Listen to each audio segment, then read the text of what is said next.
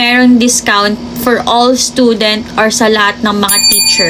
Hi guys, it's me, Kath, and another day, another video, and a little bit of unboxing. I'm going to review MacBook Neo after a couple days of use. And first, papakita ko muna sa inyo this one, guys, and I love the color. It's very me. And nung binili ko to, guys, meron silang coin machine ba yun? And kung ano yung nasa circle na parang toy, yun yung makukuha mo as freebie. And luckily, ang swerte ni Marcos kasi nakakuha kami ng JBL Go 4. Isipin nyo guys, magkano din to sa store? Ay, may ano pala siya, may presyo. Ayun guys, oh. Nakuha lang namin yan doon. Actually guys, hindi pa ako nakapag-post nung unboxing ko kasi still editing pa din ako. And ngayon, madali ang review lang about this MacBook Neo. And we're going to open sesame. Ito siya guys. Very pink. Kasi pink ng blush on ko. Guys, it's very lightweight siya. And we're going to open. Wow! Ayan siya guys. If you see this, magkakaroon ka din ito soon. Still, editing pa din ako sa mga widget niya. My review, super tagal niyang malobat.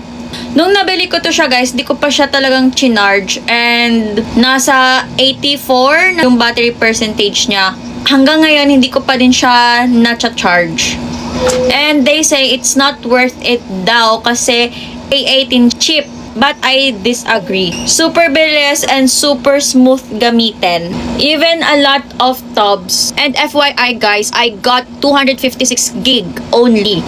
This is a worthy MacBook for its price talaga siya guys. As a student, super goods lang niya. And even na doing light editing, Canva, and CapCuts run smoothly. Hindi ka mahahagard. And this is the brand new MacBook Neo in this gorgeous shade blush pink. And this is Apple's budget MacBook ever. And it comes in 4 colors. And you can get also 2 different storage options. Either 256 gig or 512. And guys, if you get 512 gigabytes, you can also get Touch ID as well. And yung 256 gig kasi siya guys, ganito siya. Paano ko ba ipapakita sa inyo? Pag nilalock siya guys, ito siya yung lock. Pag yung 512 yung kukunin mo, meron silang fingerprint. Now, instead of using Apple usual M series chip, this MacBook runs on the A18 Pro chip, which is same chip used in the iPhone 16 Pro. Imagine guys. So, this is actually the first MacBook ever to run an iPhone chip. Anyways, yung size nito guys is 13-inch. And Apple say the battery can last 16 hours. Which is naglalast talaga yung battery niya. Kasi imagine guys, from 84%, bagong unbox ko pa lang to siya guys, 3 days from now, na ginagamit ko siya every morning.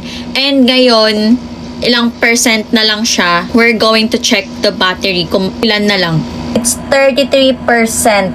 And you only get 2 USB-C port. Pakita ko sa inyo. I think this MacBook perfect for all light users. Guys, hindi to siya pang gaming. Kasi look at here. Pag uminit siya. And maybe just doing a little bit of browsing. Pang light user lang talaga siya guys. And mabibigla kayo guys. Sa Power Mac, nasa 49,950. Same lang naman siya sa The Loop. And yung Power Mac and The Loop is partnership naman yan sila. Same lang naman yan sila. And this one guys, I bought this one from The Loop. And ito yung nakuha kong freebie dun sa coin machine nila. And guys, about sa price naman siya guys. If di nyo alam, meron discount for all student or sa lahat ng mga teacher. Which is, it can help sa mga teachers, sa mga student na gustong magkaroon ng MacBook na budget. Anyways guys, binili ko to siya hindi for gaming, for school purposes talaga to siya guys. Masyashock kayo kung magkano yung na-discount sa akin. From 49,950, I bought this one 36K. Magkano yung na-discount ng student? 'Di ba? Ang laki ng discount. And you can get also the discount if you're a student or a teacher. Ang requirements lang nila is COR, Certificate of Registration, and yung ID na talagang enrolled kayo. And for the teacher naman, di ko lang alam, siguro yung employment certificate nila and ID din. And available yung education program ng Power Mac sa lahat ng branches. Kung mayroon mas malapit na branch dyan sa inyo na Power Mac or The Loop, you can ask sa cashier. Kasi as far as I know, nag-hold sila sa education na discount nila kasi magpa-price hike na sila.